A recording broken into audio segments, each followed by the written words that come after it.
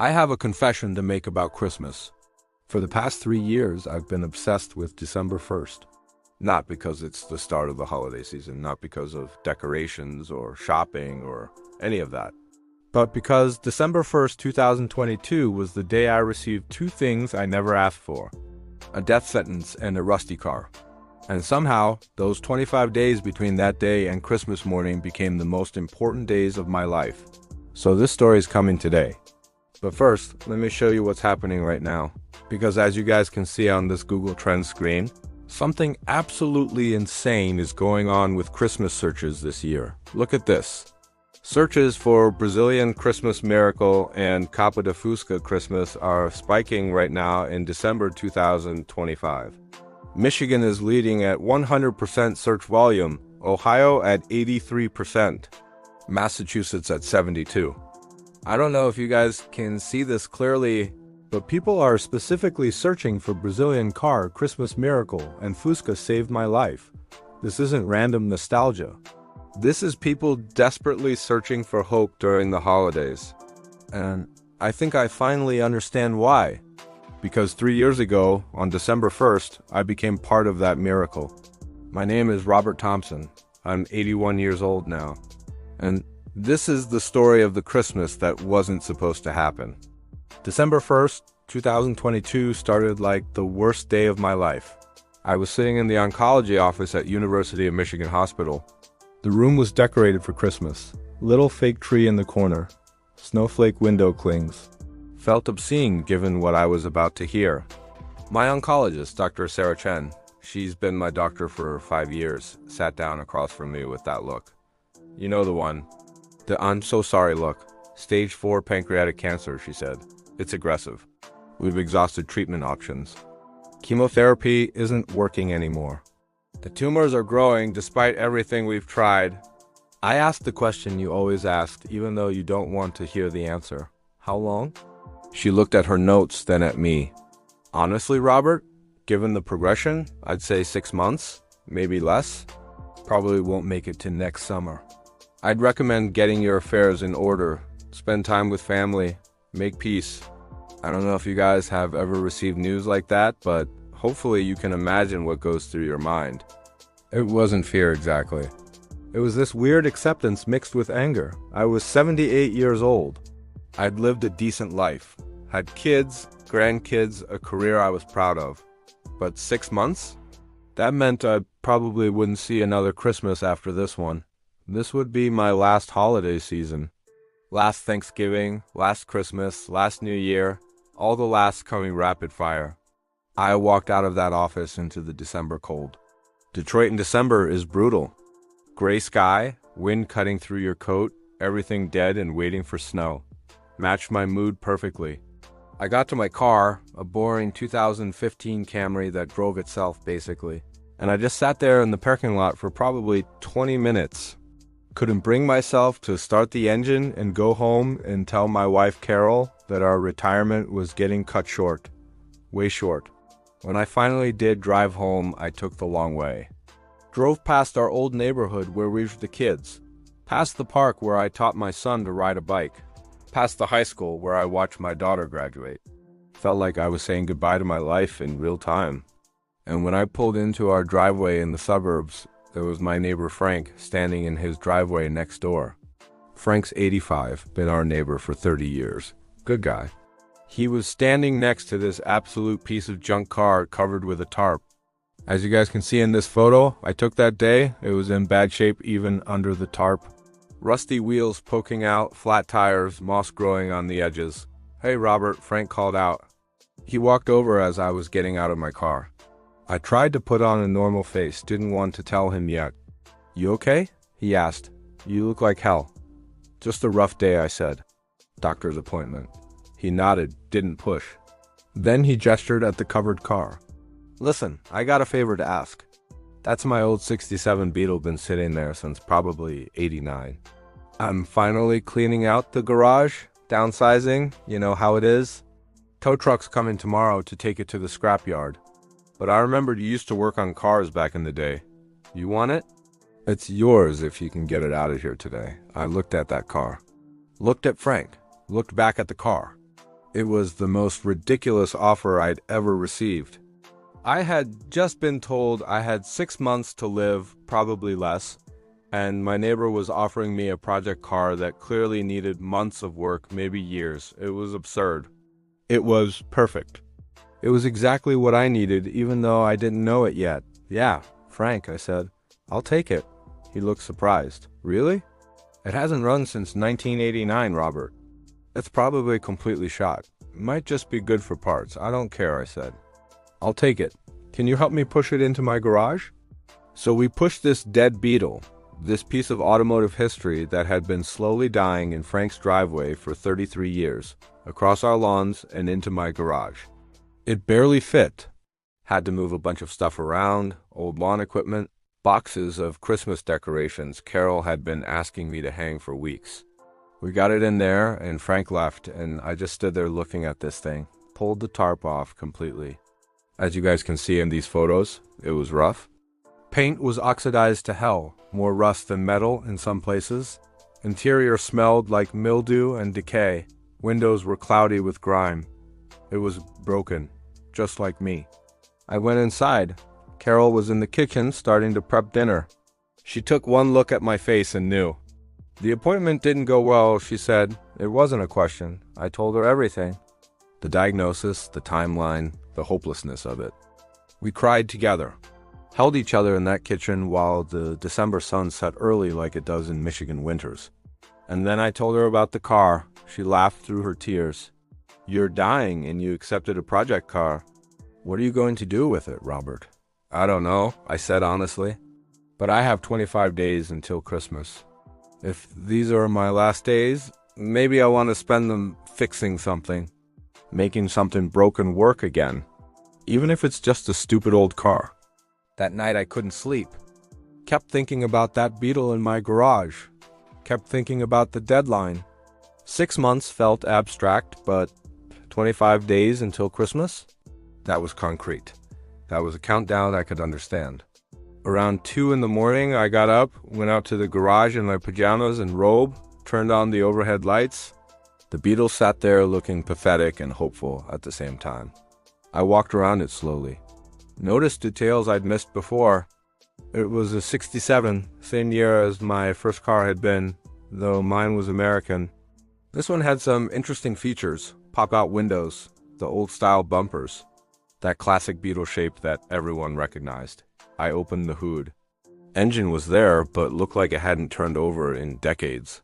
As you guys can see in this close-up photo, there was actual moss growing on parts of the engine block. Spark plug wires were cracked and brittle. Couldn't even see the oil because the dipstick was seized. But something about seeing that dead engine, seeing how broken it was, seeing how much work it would need, something about that felt right. I was broken too. My engine was failing. My parts were giving out. Maybe we could fix each other.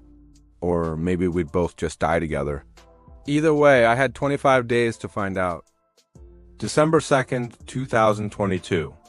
Day 1 of my 25-day countdown to Christmas. I woke up feeling like absolute garbage, which had become normal. The cancer made everything hurt, but I had a mission now. Get this car running before Christmas. Probably impossible given the condition it was in and the condition I was in. But hopefully you guys understand, impossible felt better than sitting around waiting to die. So I decided to start with the basics. First thing you do with any dead car is check if there's even a chance of life. Battery, fuel, spark, compression. The 4 horsemen of internal combustion. Battery was obviously dead. Probably had been for 30 years. I went to AutoZone, bought a new battery.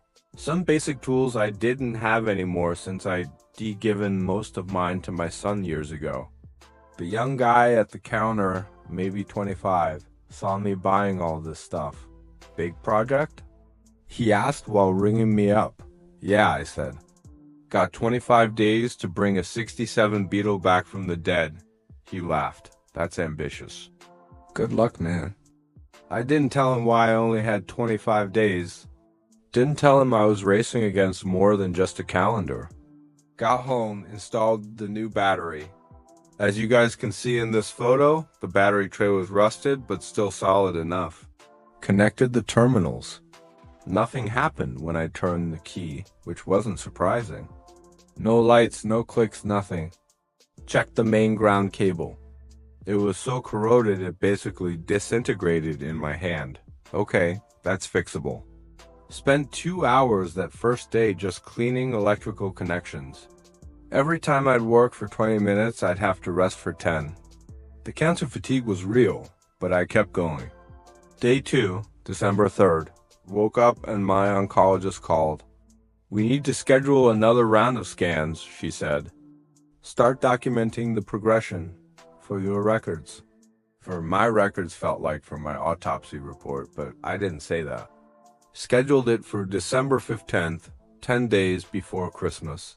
Then I went back to the garage. Got the electrical system to the point where the lights worked. As you guys can see in this video I took, the headlights actually came on when I turned the key. First small victory. I don't know if you guys can appreciate how good that felt, but seeing those lights come on after 30 years of darkness, that was hope. Tiny, fragile hope, but hope. Day 3 through 5 were oil and fuel. Drained the old oil, it came out like tar. Black sludge that barely flowed. How this engine wasn't seized, I still don't know. Put in fresh oil, new filter, then tackled the fuel system, which was a nightmare. The gas tank was empty, which was good, meant no varnish. But the fuel lines were cracked. The carburetor was gummed up solid. I had to order parts online, expedited shipping because I didn't have time to wait. Spent probably $400 that first week just on basics. Carol was supportive, but I could see the concern. "Honey," she'd say, "maybe you should rest." "Save your energy." "For what?" I'd ask. "For sitting in a chair waiting to die?" "Rather die doing something." Day 6, December 7th. Had my first bad day health-wise. Woke up with severe pain, ended up in urgent care because my regular oncologist wasn't available. They gave me stronger pain meds and sent me home. Couldn't work on the car that day. Just laid in bed feeling sorry for myself. Looked at the calendar. 19 days until Christmas. 19 days until my deadline. The car sat in the garage untouched, and I felt like I was failing already. But that night, around midnight, I got up again. Went to the garage. Just sat in the driver's seat of the Beetle with the door open. Feet still outside because I didn't trust the floor pan to hold me. I don't know what I was looking for. Maybe a sign. Maybe just distraction. As you guys can see in this photo I took with my phone, the interior was rough but honest. The seats were torn, stuffing coming out. The dash was cracked.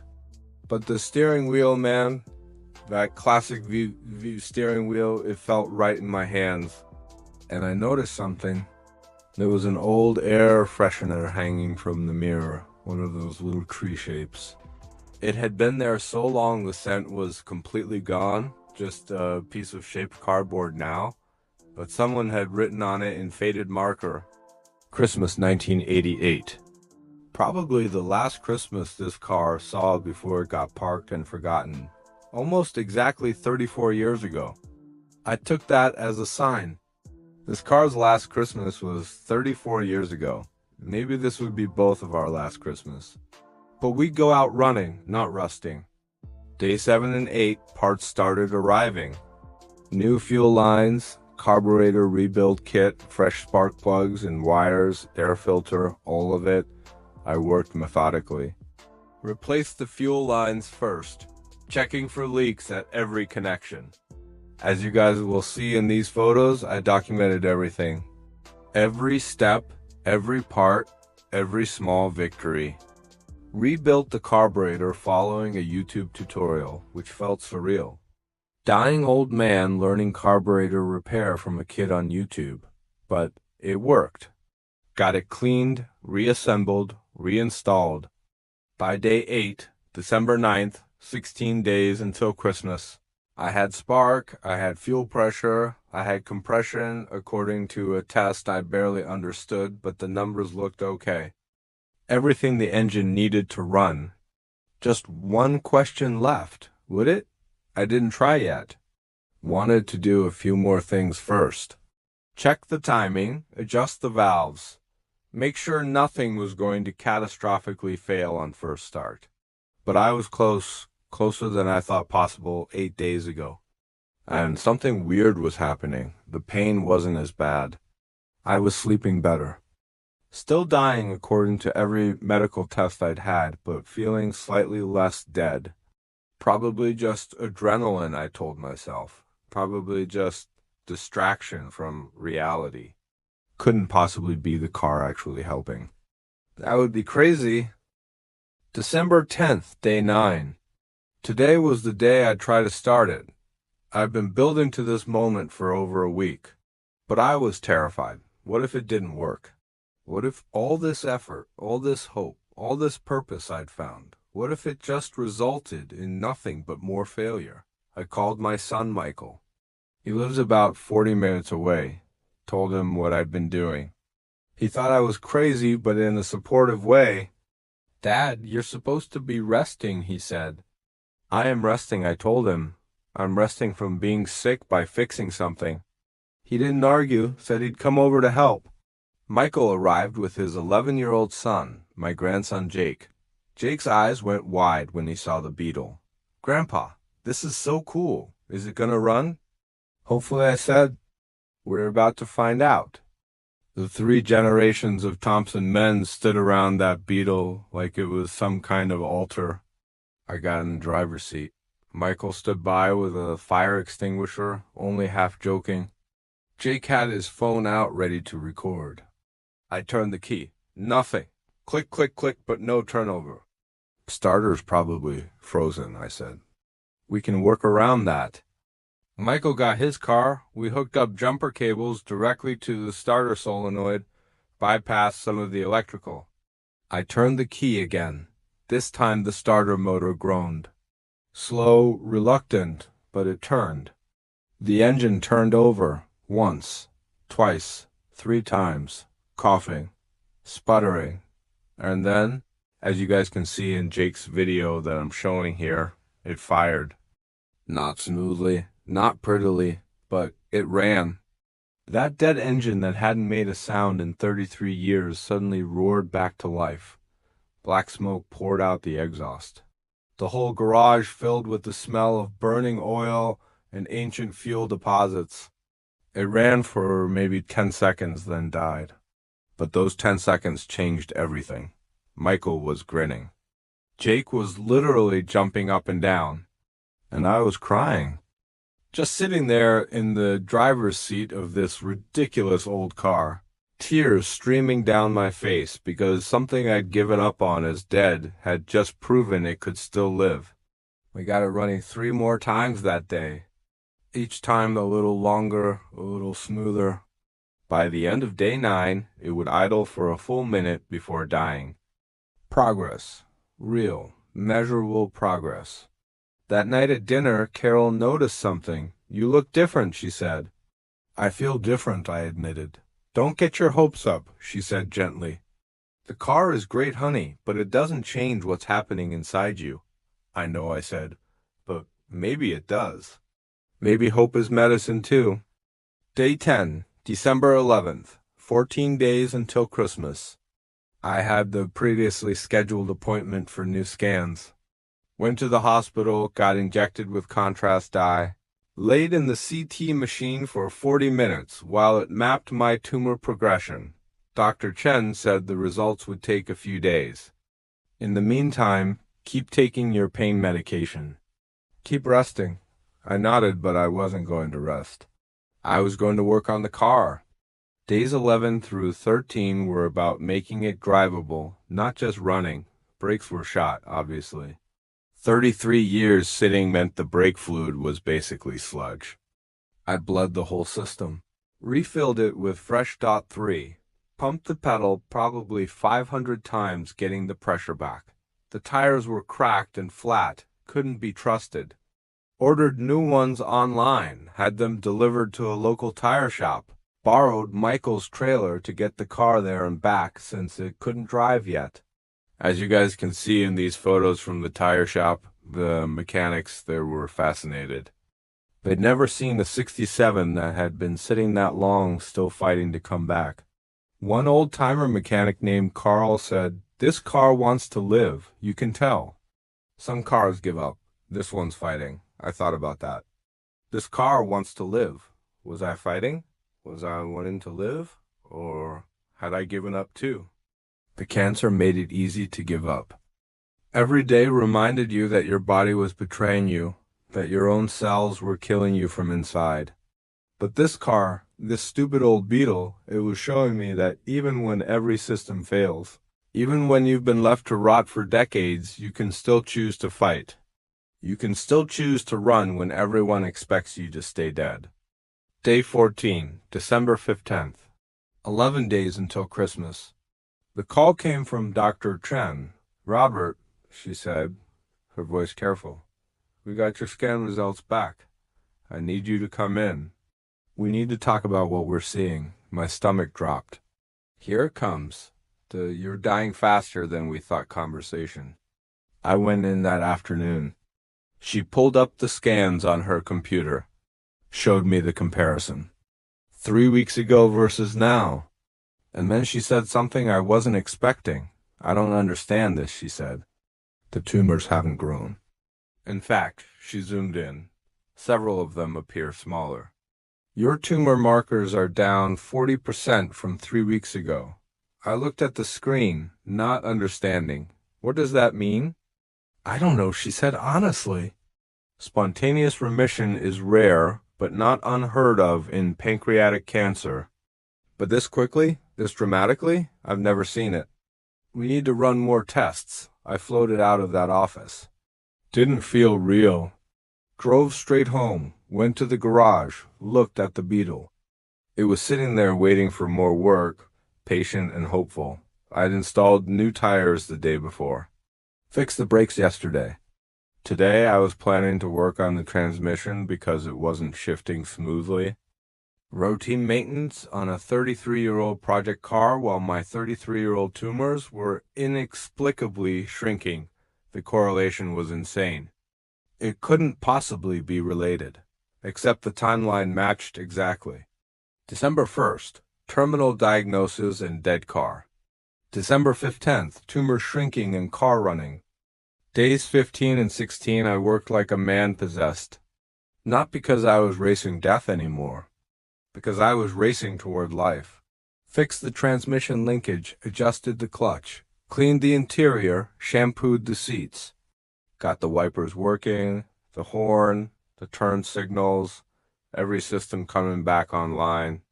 The car was transforming from automotive corpse to functioning machine, and I was transforming with it.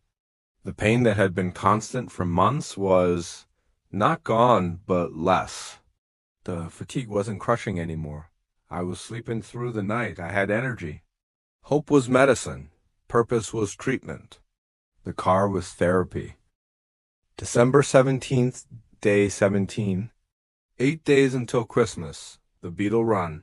It drove. It stopped. It shifted. Everything worked at a basic level, but it wasn't done. It needed bodywork, paint, 1,000 cosmetic details. I didn't have time for that. Didn't matter. What mattered was it lived. But I wanted one thing. I wanted to drive it on Christmas Day. Wanted to pull up to my daughter Sarah's house for Christmas dinner in this car that shouldn't exist, driven by a man who shouldn't still be alive. Michael came over. Brought Jake again.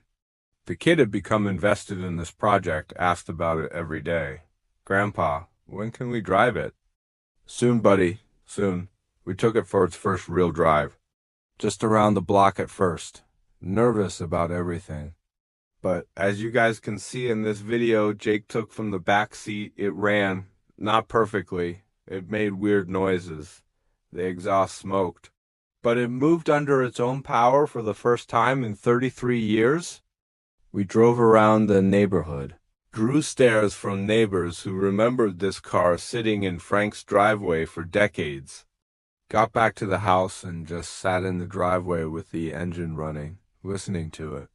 That air-cooled VW engine sound. Distinctive, mechanical, alive.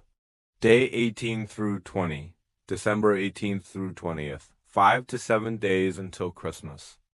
I worked on reliability. Changed every fluid I could find. Transmission fluid, differential oil, even the steering box. Replaced the alternator because the old one was sketchy. New battery cables. Cleaned every electrical connection. Went through the entire car, systematically making sure nothing would fail. Dr. Chen called again, day 19. More test results. The tumors are continuing to shrink, she said. I don't have a medical explanation for this, Robert. Your cancer is in remission. Active, measurable remission. Do you understand what I'm telling you? You might make it to summer after all. Might make it years. I understood. I understood that on December 1st I was given 6 months. And on December 19th, 19 days later, I was being told I might have years. I understood that modern medicine couldn't explain it. Spontaneous remission, they called it. Medically inexplicable, but I knew. I knew it was the car. Not magically, not supernaturally, but therapeutically. The purpose it gave me. The hope it represented. The daily proof that dead things could be resurrected. The physical therapy of turning wrenches. The mental therapy of solving problems. The emotional therapy of creating instead of deteriorating. The car didn't cure my cancer. Purpose cured my cancer. Hope cured my cancer. And the car was the vehicle for both. Day 21 through 23. December 21st through 23rd. 4 to 2 days until Christmas. Details, I cleaned and polished. Got the chrome as shiny as I could.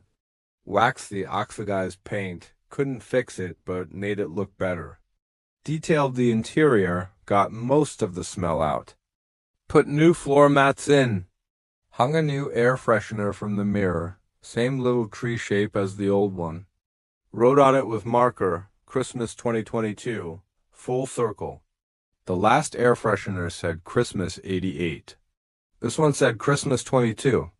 34 years apart, both representing hope. One representing the last Christmas before death. One representing the last Christmas before death. One representing the first Christmas after resurrection. Carol helped me on day 23.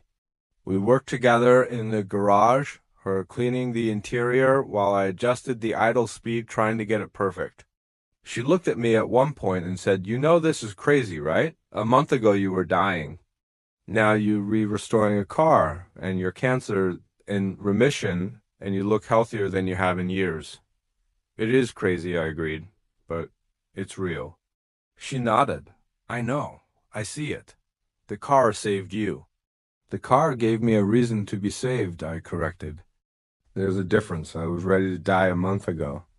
Ready to give up. And then Frank offered me this ridiculous broken car with a ridiculous deadline, and I couldn't resist. Had to try. Had to fight. The car didn't cure me. Fighting cured me.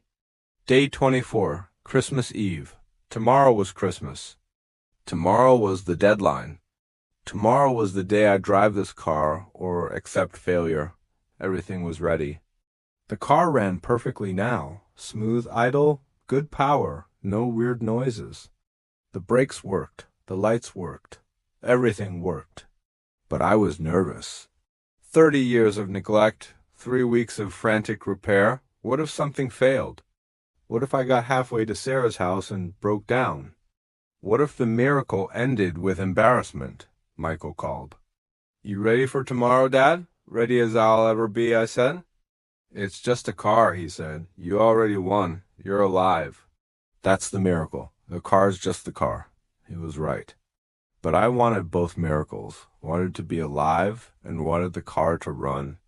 Greedy, maybe, but honest. That night, Christmas Eve, I went to the garage one last time. just to sit in the car. Look at what we'd accomplished in 24 days.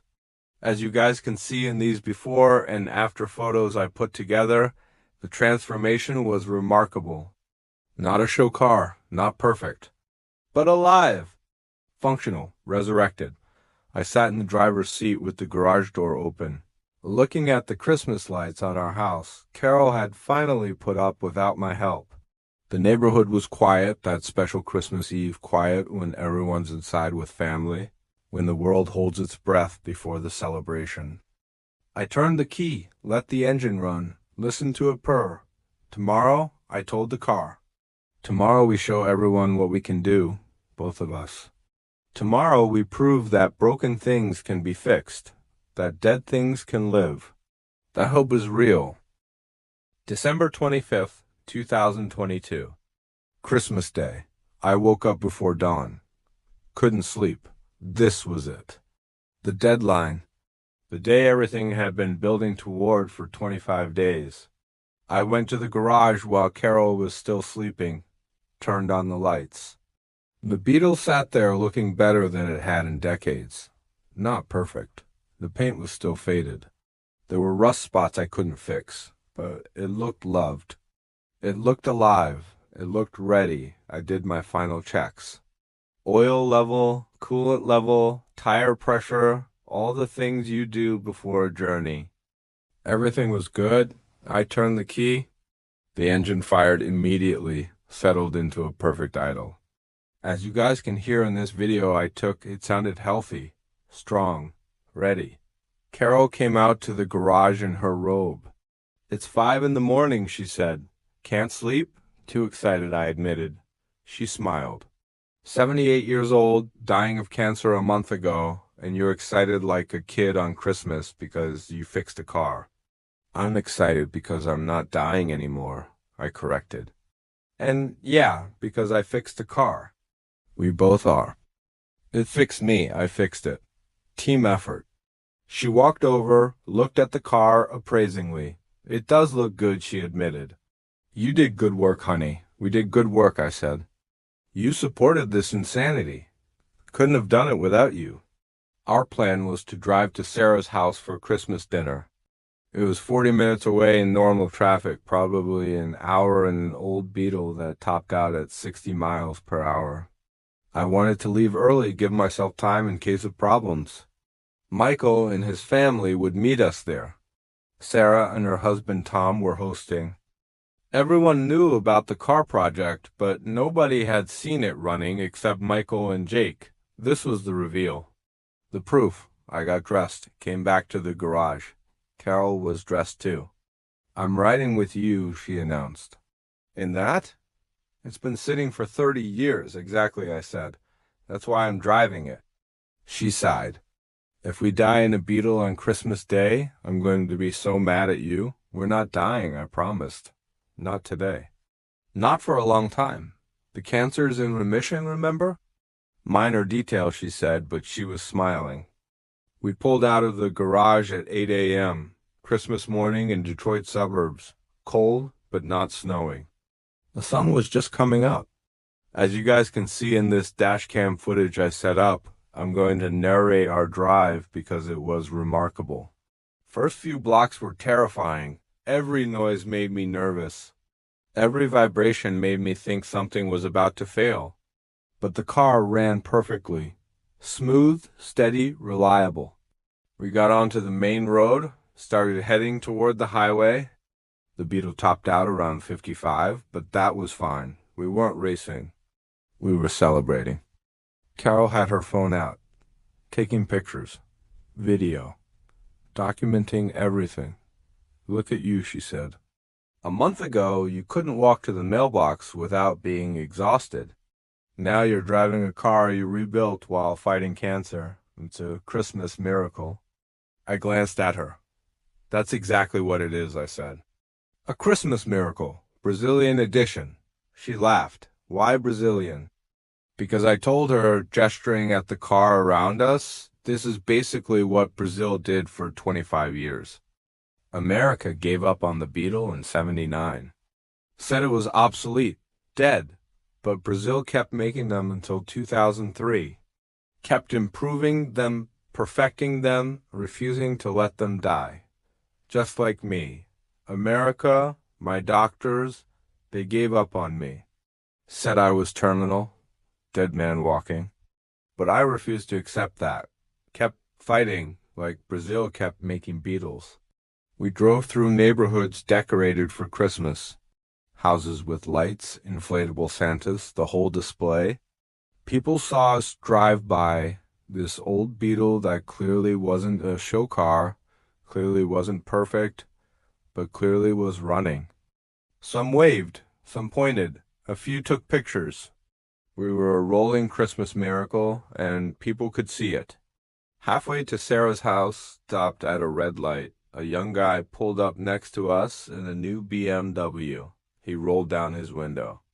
I rolled down mine, the old manual crank window. "Sick Beetle, man," he yelled over. "Original 67? Yeah," I yelled back. "Just got it running." "Been dead 30 years. No way," he said. "Sounds great." Light turned green. He gave me a thumbs up as he drove past. That moment felt significant. This kid, in his expensive modern car, appreciating an old Beetle that cost probably 40 times less. Recognizing value beyond money. Recognizing soul. We got to Sarah's house at 9:30. Hour and a half for a 40-minute drive because we went slow, because we enjoyed it, because we could. Michael's car was already there, so was Sarah and Tom's. Everyone came out when they heard us pull up. As you guys can see in this video Sarah took, their reactions were priceless. Sarah had tears in her eyes. "Dad," she said, hugging me, "you did it. You actually did it." "We did it," I said, hugging her back. Me and the car. Team effort. Jake was jumping around. "Grandpa, you drove it. You really drove it." "Sure did, buddy," I said. "Want to go for a ride later?" "Can I?" Michael put his hand on my shoulder. "Proud of you, Dad," he said quietly. "Not just for the car. For fighting, for not giving up." I nodded. Couldn't talk for a second, emotion hitting me. We all stood around the Beetle in Sarah's driveway. Christmas morning, family together, looking at this imperfect but beloved car. Tom, who's a doctor, pulled me aside. "Robert," he said, "I want to say something as a medical professional. What you did here, this project, this car, this fight, this is why medicine can't explain everything. We have data and drugs and procedures, but we don't have hope and purpose and will quantified. Those matter more than we admit. Your cancer going into remission while you restored this car, that's not coincidence. That's psychoneuroimmunology, mind affecting body. Purpose triggering healing. The car gave you a reason to fight and your body responded. That's the real miracle. Not that it happened. But that we still don't teach this in medical school." We went inside for Christmas dinner, but before we ate, I asked everyone to come back outside for a second. I had something to say. We gathered around the Beetle again, full family. 3 generations. I cleared my throat. 25 days ago I began. On December 1st, I got the worst news of my life and the best gift I didn't know I needed. The news was 6 months to live. The gift was a dead car. I didn't know then that they were connected, but they were. This car saved my life, not magically, but by giving me purpose, by giving me a project, by giving me proof every single day that broken things can be fixed, that dead things can live, that giving up is a choice, not a requirement. Brazil kept making these Beetles for 25 years after America quit, I continued.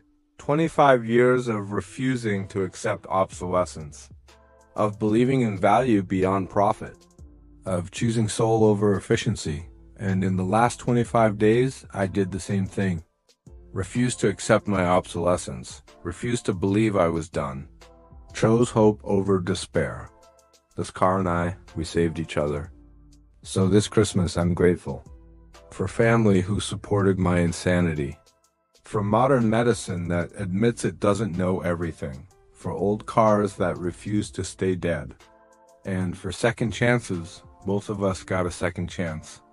Me and this 67 Beetle, and we're going to make the most of it. 3 years later, today, December 2025, I'm 81 years old, still cancer-free, still driving the Beetle, still living proof that hope matters, that purpose heals, that broken things can be restored.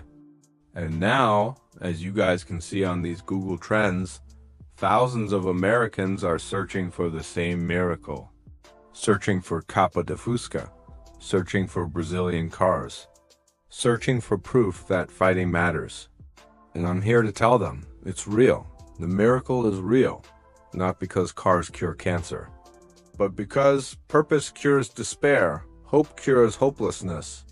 And sometimes an old dead Beetle from Brazil is exactly the prescription you need. So if you're watching this during Christmas season, if you're struggling with something that seems hopeless, if you've been told to give up, don't. Find your Beetle, find your purpose. Find your reason to fight. It might be a car, might be a project, might be anything. But find something that makes you want to wake up tomorrow.